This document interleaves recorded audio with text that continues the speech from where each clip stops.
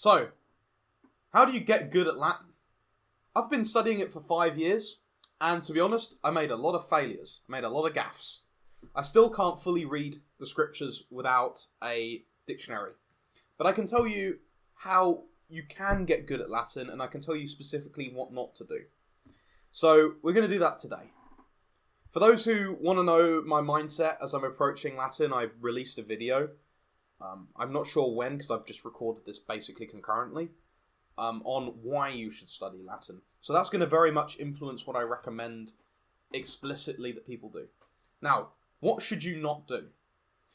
For the love of everything holy, do not go and get a frequency list on Memorize or something like that, and go through it and just complete that, right?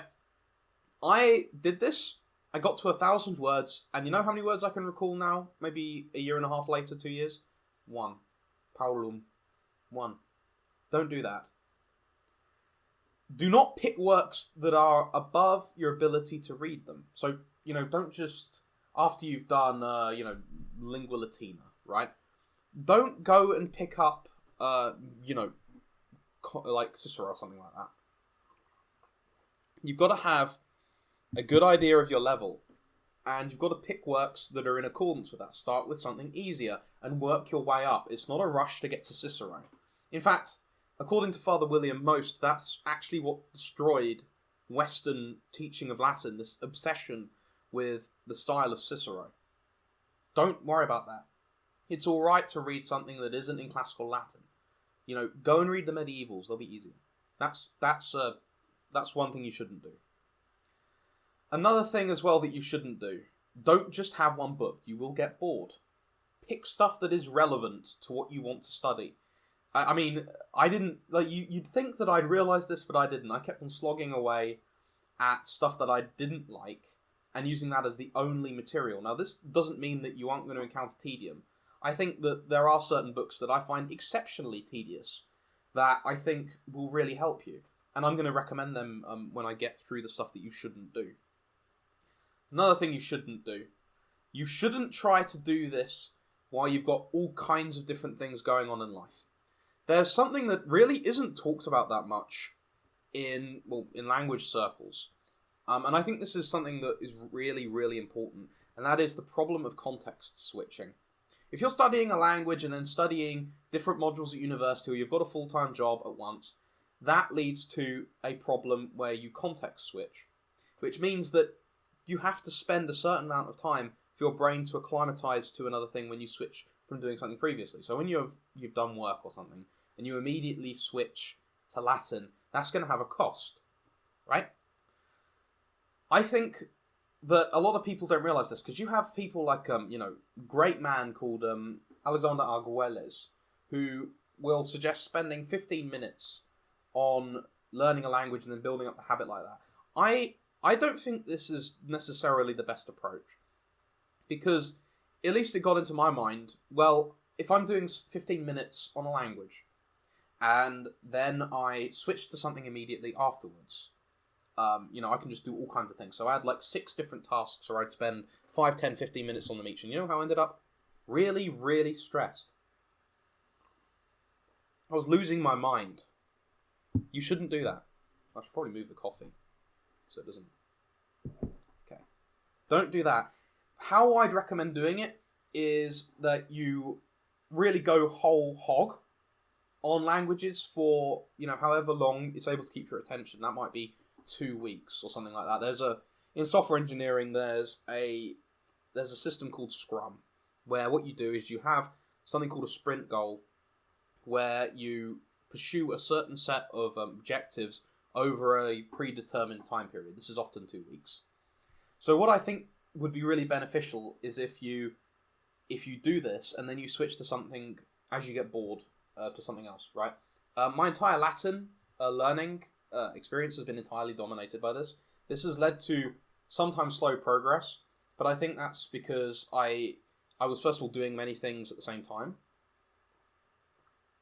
and also because I picked works that were above my level, or I just wasn't very good with the materials. So what I'd recommend doing is if you want to do Latin, what you should do is, like, you finish work, or if you're at school, finish school, do your obligations, and then whack all your time into the language until you get tired. I mean, if you get tired, which is something I think happens to people who are newly studying language, by all means, like, put it down, start again tomorrow, do something else, right? There's only so much your brain can take, but I found that at least after a while, you can.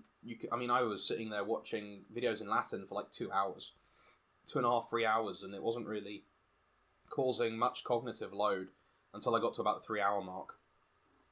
So what I'd recommend doing, to reiterate that, is to whack all your time into it, and then when you get bored, move on to something else with a mind to picking up Latin again when you are, when you're, rested and recuperated on Latin. So, what sort of materials would I recommend? Let's assume you're a complete beginner. You have no idea how Latin works. What would I recommend that you do? I'd recommend you get 3 things. Now, you probably heard this done to death. Lingua Latina per se Illustrata. Highly, highly overrated book. I find the content so boring. But it is an extremely well-covered textbook. What it'll do is it'll teach the Latin language through itself, and it gives you a certain number of exercises. There's an Exercitia Latina book which provides more exercises. Basically, the reason why I'm suggesting you pick this is because there's audiobook material from Luke Ranieri on YouTube. You can listen through that as well. And this will give you a pretty good idea of the pronunciation of classical Latin. I think that only really because of its support is this book like a must-have. Now, what can you expect from Lingua Latina? What can you expect from this? It's a story about a family in, I believe it's 2nd century AD Rome, right? It's pretty boring, frankly. It goes through, silly little situations of the family. I won't spoil it, right? I do think that this is helpful, though. I think that it's worth having it alongside so you can study it as you go. Now, that's the first book. I think this is a exceptionally important book. Wow, I'm going to dazzle you. I'm just going to drop on the floor like that. Okay. Second book, and this is a far, far superior book, I think. And it's also something that is, it's relevant, I think. It's a lot more relevant than hearing about, little boys punch their sister. Is a book by Mediatrix Press. This is Latin by the Natural Method by Father William Most. I think this is an extremely good book. Now, the print isn't always the best quality. I've noticed that there are sometimes weirdnesses with how they've scanned it. But the book is better, and there's 2 reasons for this. The first reason is that the content, I think, is a lot more interesting, and it's a lot more relevant. So it will tell you the history of Rome in a very basic sense up until, I believe it's Caesar Augustus, which, for those who are interested in the history and the cultural side, which I basically made clear in my Why video, this book will be immediately more useful just because it's actually teaching you real history. That's the first point. The second point is that it teaches you, in a far more practical way, Latin. So, I'm not going to go pick up Lingua Latina off the floor again. Lingua Latina has a way of starting, and I've noticed this with Wheelock Latin as well, which is another famous textbook, which I think you should have a copy of. I'll get on to why in a second. It has a way of teaching the present tense first, in what's known as the indicative, so something is simply happening, right? It teaches just a regular present tense, which, as I've said, it seems to be common across Wheelock. It's also in Lingua Latina. Now, the trouble is when you're reading actual Latin texts, or at least the first major text I'd recommend, which we'll go into in a moment, you will find that there is a lot of use of the subjunctive, and you will find that there is a lot of use of the perfect tense. Now, this book here begins with the perfect tense, and it begins with it in the third person, which means that you're immediately training your brain in a way that is in accordance with at least the Latin text, the genuine Latin text I've read. So if you get this book and you work through it, get the teacher's manual as well, right? If you read through these texts, Father Most will recommend you read through them 6 times each. which you could probably do in about 15, 20 minutes, right, for each lesson. If you read through them and you get it mashed into your head, you're going to be far more prepared for dealing with things like the Vulgate, which, for those who don't know, is the Latin Bible. So that's what I'd recommend that you do. I'd also recommend, as a third book, that you get Wheelock's Latin. Now, not so that you can do the exercises. I can hear Latin Reddit cringing, but so that you have some sort of grammar reference. And I think that grunting out the exercises can be helpful for at least holding the grammatical concept in your mind. So here's at least how I work. I'm going to kind of come a little subtly against this input hypothesis that is from Stephen Craston that sometimes talks about in language learning circles. How I've found that things work best for me is that what I'll do is that I'll have a grammar concept explicitly explained to me, which is what Latin by the Natural Method does in English, the first volume anyway. Can't speak for the others. And then what it will do is it will provide examples in Latin, and then you train your brain. And if you've read it 6 times, like, you're going to have it drilled into you. So how I find that I work is that I have some sort of conscious, cognizant idea of the grammar, and then I grunt it out in the actual Latin text until my brain just gets used to it. I think that the Wheelock Latin can go some way to helping that. You know, like, it's not going to be enough on its own, as many people have discovered, but I think that it is helpful nonetheless to have. Another resource I'd recommend very strongly, I'm going to recommend 2 more resources before I get into proper extended, serious, real Latin reading. The first one is Found in Antiquity, which is by, I believe, an Australian Latin teacher, and she provides a great amount of basically listening and watching materials, and you can very quickly get more Latin consumed simply by watching these videos, and it's done in such a way that makes it fairly simple to understand. Now, as to whether or not this works on its own, I don't know. I'm currently experimenting with that with Biblical Hebrew, but I think that it is quite a helpful thing. Another thing as well I'd recommend, I'm going to provide this in the description, will be Justin Learns Latin's Guide to Learning Latin. So what he has basically is a structured set of stages of different works that you go through. Now, one thing I would disagree with him on is that I think that you could probably do the Latin by the Natural Method fairly early on. I'd probably put that in the first stage, and I'd also include a lot more real Latin text past a certain point, because myself, I was able to go through Lingua Latina, and I was able to learn quite effectively from real Latin books, which I'll get on into a minute. Those are just 2 criticisms. You can, of course, take a copy of his file and modify it as you see fit. So, that's how I'd recommend you begin. You finish Latin by the Natural Method, Volume 1. I've got Volume 2 here. I haven't started on that. I probably really should. Because I can understand about 90% of the first lesson. Finish Lingua Latina. I mean, they say there's like disagreement over whether or not you should do the exercises. I think that there is something to be said for copying it out sometimes. Not because it helps grind not because it helps grind vocabulary into your head, but because I've noticed that I got better at writing as I've written things out, and I've gotten better at speaking as I've spoken things out.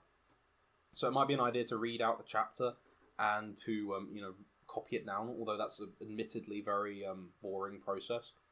Might be better with Latin by the Natural Method. So let's say you're all done with this, right? You've done Volume 1 of Latin by the Natural Method. You've done the relevant playlists on Found in Antiquity, and you've done Familia Romana, which is the first textbook for Lingua Latina. What would I recommend you do? And to be honest, I've never finished Lingua Latina, and I haven't finished Volume 1 of Father Most's book. But I can tell you for a fact that you can begin with probably one of the most influential books of all time in its translation. I mean the translation, not even the whole book, right?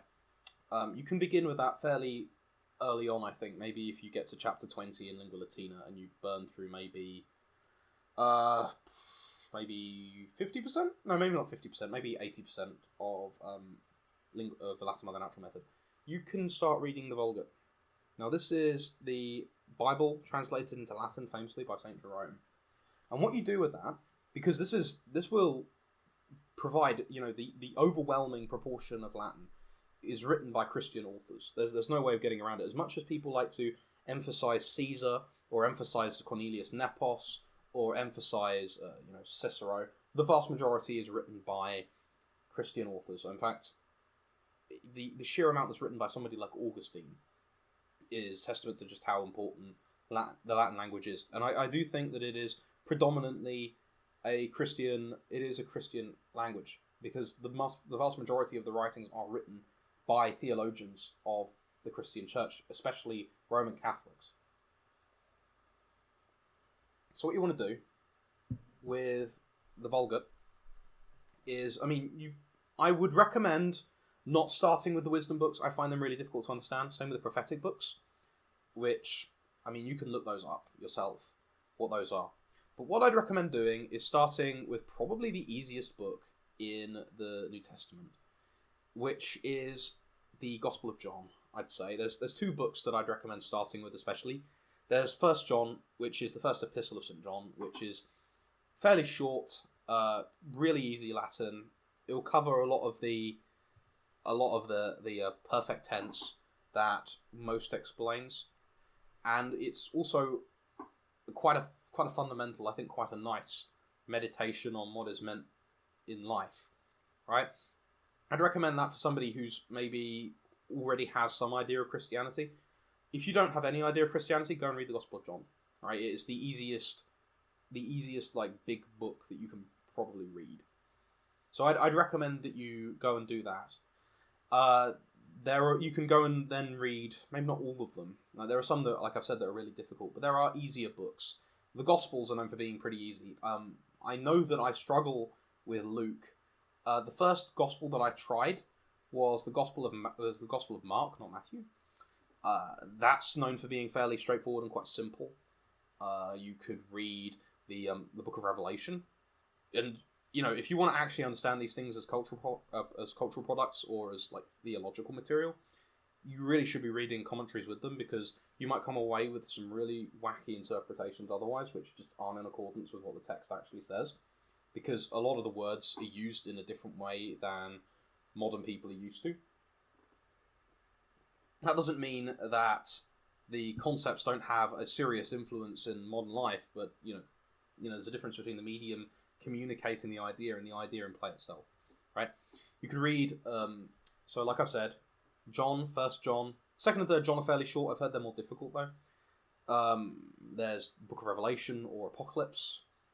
I've heard that the Book of Judges is in fairly easy Greek at the very least, so that might be worth a read. I would warn people reading it though that it's probably the most brutal book in the Bible.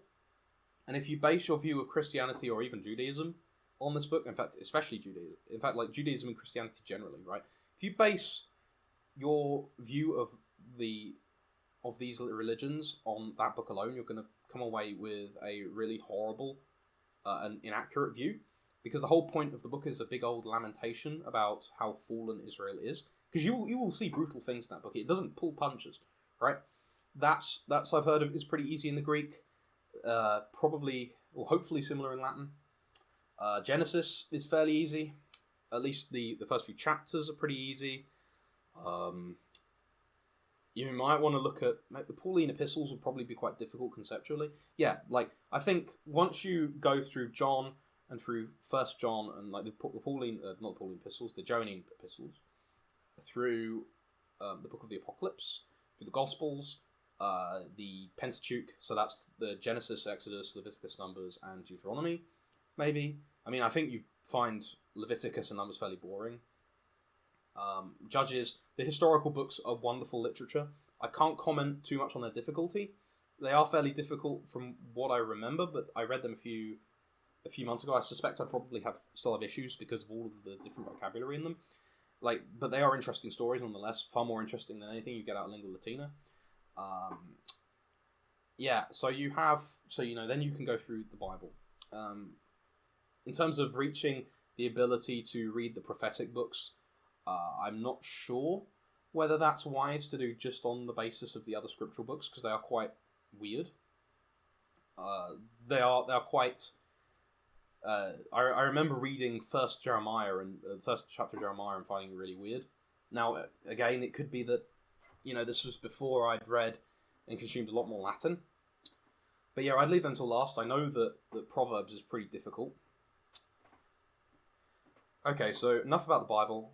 What other things would I recommend you read? I'd recommend, there's a really easy, at least in terms of Latin, the actual concepts themselves are very, very difficult, but I'd recommend going and reading the Summa Theologiae by St. Thomas Aquinas.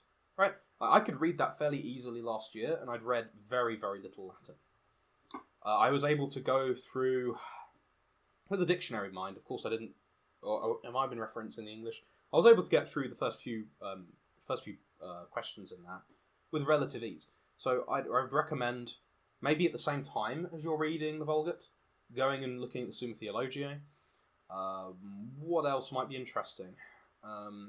Visions of Saint Hildegard of Bingen seemed interesting. They're in the Patrologia Latina that you can find online. There's a big resource called Documenta Catholica Omnia online that has all of the volumes. What else would be fairly easy? A lot of Renaissance Latin and a lot of medieval Latin is known for being fairly easy. So I'd recommend that you look there. And then, just read as much as you can, and then when you find time, go back to the classical authors. Because the classical authors, they're really held up, but they are more difficult than the medieval authors. And the medieval authors will give you, I suspect, they have a lot more vocabulary in them. And the constructions in the Latin that the medievals write is far easier than that of the classical authors. So I'd recommend, basically, read medieval Latin, read a lot of it, and then move on to the classical authors. Probably starting, the traditional way to start is Caesar. I've also heard good things about Cornelius Nepos for being fairly easy, but beyond that, I have no experience really with classical Latin beyond what I've read in Lingua Latina, because it isn't my subject area. I'm not very interested in it. But yeah, in terms of starting with the classical authors, like I've said, I've heard good things about Caesar, Cornelius Nepos. Yeah. So that's my how to start studying Latin. I'm sure that people will have many issues with my approach. Please tell me in the comments. I'm always learning as well. It's not like I'm some great master of Latin. I'd say I've probably consumed about 130,000 words in Latin. I'm far from fluent. I can go through and grasp, the easier texts. But yeah, that would just be my advice. Also, just do not do the Dowling method, please. I don't know why it's being pushed. It's a really horrible idea. I did that for weeks. I did all the nouns and I did all the adjectives. Almost a complete waste of time. Don't do it. Alright. See you guys later. Bye-bye.